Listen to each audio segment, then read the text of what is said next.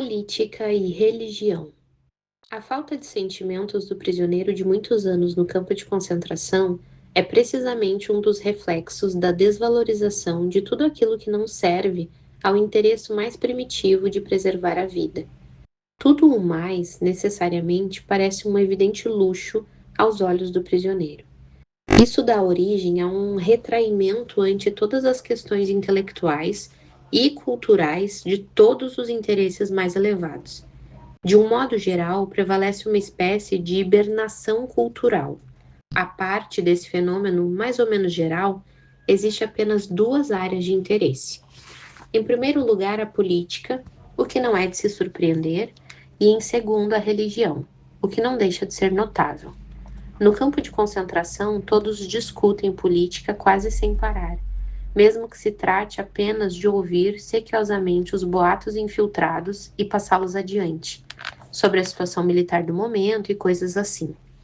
Como, porém, a maioria deles se contradiz, havendo uma rápida sucessão de boatos incoerentes entre si, eles representam mais uma contribuição para a desgastante guerra de nervos que se processa nas almas dos prisioneiros.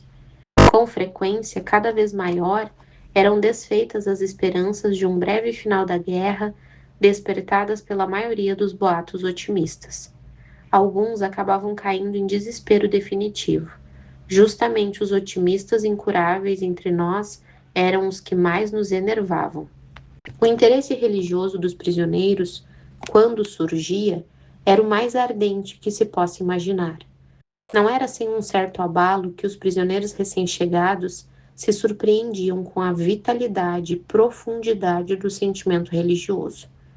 O mais impressionante nesse sentido devem ter sido as preces e os cultos improvisados, no canto de algum barracão ou num vagão de gado escuro fechado, no qual éramos trazidos de volta após o trabalho em uma obra mais distante, cansados, famintos e passando frio em nossos trapos molhados. O tifo exantemático que atacou, como se sabe, quase todos os reclusos no inverno e na primavera de 1945, acarretou grande mortandade entre os doentes extenuados que faziam trabalhos forçados até não poder mais, pessimamente alojados, geralmente sem receber qualquer assistência médica. Alguns dos sintomas dessa doença eram muitíssimos desagradáveis. Uma repugnância quase que insuperável por qualquer bocado de comida, o que representava uma ameaça adicional para a vida, e ainda os terríveis delírios. Para escapar deles, fiz o mesmo que muitos outros. Procurei manter-me acordado a maior parte da noite. Por horas a fio, fazia discursos mentalmente. Por fim, passei a reconstruir, com rabiscos, em minúsculos pedaços de papel, aquele manuscrito que tive que jogar fora antes da desinfecção em Auschwitz. O caso mais angustiante de delírio, entretanto, foi-me relatado a respeito de um companheiro que, sabendo-se próximo da morte, quis orar, mas não conseguia articular palavras, transtornado pela febre que sentia. Uma sessão espírita. Vez por outra, podia surgir também um debate científico no campo de concentração. Certa vez presenciei algo que, embora me fosse de certa forma afim do ponto de vista profissional, eu jamais conhecera na vida normal, uma sessão espírita. O médico-chefe do campo, que teve o palpite de que eu era um psicólogo profissional, convidou-me para uma reunião altamente secreta no pequeno compartimento em que morava na enfermaria. Reuniu-se ali um pequeno círculo, no qual também se achava, em flagrante infração do código, o suboficial de saúde do nosso campo.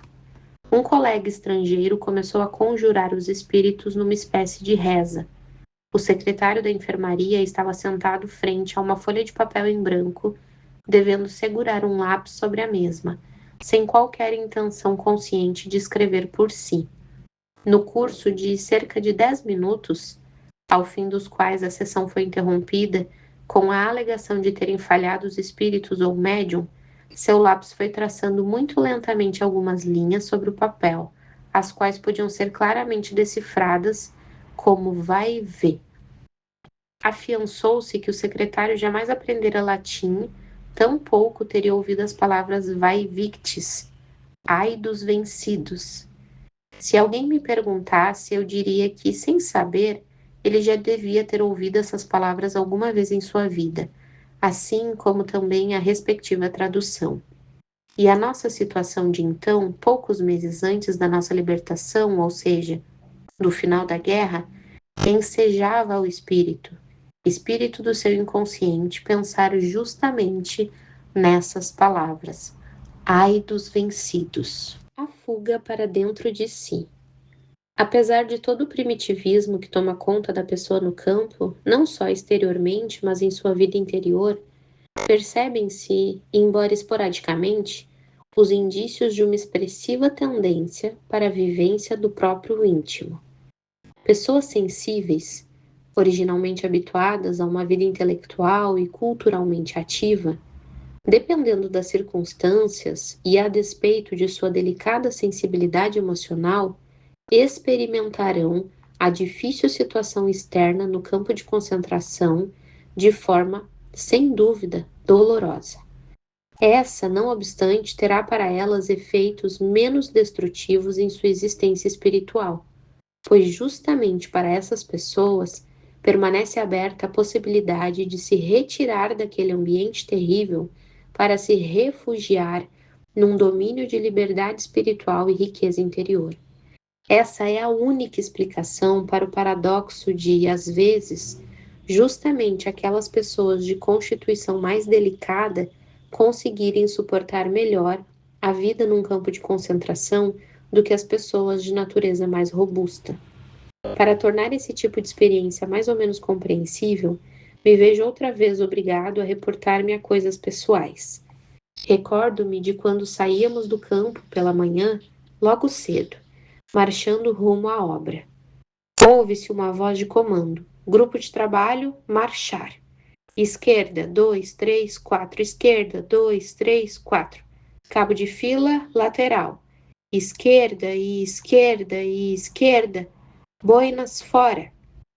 Esses são os brados que a memória faz ressoar em meus ouvidos. Ao grito de boinas fora, passamos pelo portão do campo. Os refletores estão focados sobre nós. Quem não marchar ereto e bem alinhado na fileira de 5 homens pode contar com um pontapé. E haverá algo pior para quem, pensando se resguardar do frio, ousar cobrir de novo as orelhas com a boina, antes que a voz de comando o autorize. Prosseguimos na escuridão aos tropeços sobre as pedras longas poças d'água na zona de acesso ao campo. Os guardas de escolta ficam berrando e nos espicaçam com a coronha de seus fuzis. Quem tem os pés muito feridos dá o braço ao seu companheiro do lado, cujos pés doem um pouco menos, talvez. Mal e mal trocamos alguma palavra. O vento gelado antes do nascer do sol não permite. Com a boca escondida atrás da gola da capa, o companheiro que marcha ao meu lado murmura de repente: se nossas esposas nos vissem agora, tomara que estejam passando melhor no campo de concentração em que estão. Espero que não tenham ideia do que estamos passando. E eis que aparece à minha frente a imagem da minha mulher. Quando nada mais resta. Enquanto avançamos aos tropeços, quilômetros a fio, vadeando pela neve ou resvalando pelo gelo, constantemente nos apoiamos um no outro, erguendo-nos e arrastando-nos mutuamente. Nenhum de nós pronuncia uma palavra mais, mas sabemos neste momento que cada um só pensa em sua mulher. Vez por outra, olho para o céu onde vão empalidecendo as estrelas, ou para aquela região no horizonte em que assoma a alvorada por trás de um lúgubre grupo de nuvens. Mas agora, justamente agora, meu espírito está tomado daquela figura a qual ele se agarra como uma fantasia incrivelmente viva, que eu jamais conhecera antes na vida normal. Converso com minha esposa. Ouço-a me responder, a vejo sorrindo. Vejo seu olhar como que a exigir e a animar ao mesmo tempo. E tanto faz se é real ou se não é real a sua presença. Seu olhar agora brilha com mais intensidade que o sol que está nascendo. Um pensamento me sacode. É a primeira vez na vida que experimento a verdade daquilo que tantos pensadores ressaltaram como a quintessência da sabedoria, por tantos poetas cantada. A verdade de que o amor é, de certa forma, o bem último e supremo que pode ser alcançado pela existência humana. Compreendo agora o sentido das coisas últimas e extremas que podem ser expressas em pensamento, poesia e na fé humana. A redenção pelo amor e no amor. Passo a compreender que a pessoa, mesmo que nada mais lhe reste neste mundo, pode tornar-se bem-aventurada, ainda que somente por alguns momentos, entregando-se interiormente à imagem da pessoa amada. Na pior situação exterior que se possa imaginar, numa situação em que a pessoa não pode se realizar mediante alguma conquista, numa situação em que sua conquista pode consistir unicamente num sofrimento reto, num sofrimento de cabeça erguida, nessa situação, a pessoa pode se realizar na contemplação amorosa da imagem espiritual que ela porta dentro de si da pessoa amada. Pela primeira vez na vida, entendo o que quer dizer. Os anjos são bem-aventurados na perpétua contemplação, em amor, de uma glória infinita. À minha frente, um companheiro cai por terra, e os que vão atrás dele caem também. Num instante, o guarda está lá e usa seu chicote sobre eles. Por alguns segundos se rompe minha vida contemplativa. Mas, num abrir e fechar de olhos, eleva-se novamente minha alma. Salva-se mais uma vez do aquém, da existência prisioneira, para um além que retoma mais uma vez o diálogo com o ente querido. Eu pergunto, ela responde, ela pergunta, eu respondo. Alto! Chegamos ao local da obra.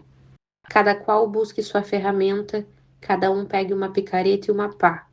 E todos se precipitam para dentro do galpão, completamente às escuras, para rebanhar uma pá jeitosa ou uma picareta mais firme. Como é? Não vão se apressar, seus cachorros imundos? Dali a pouco estamos na vala, cada um em seu lugar de véspera.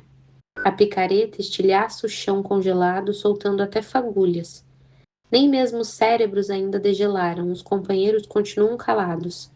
Meu espírito ainda se apega à imagem da mulher que amo. Continuo falando com ela e ela continua falando comigo.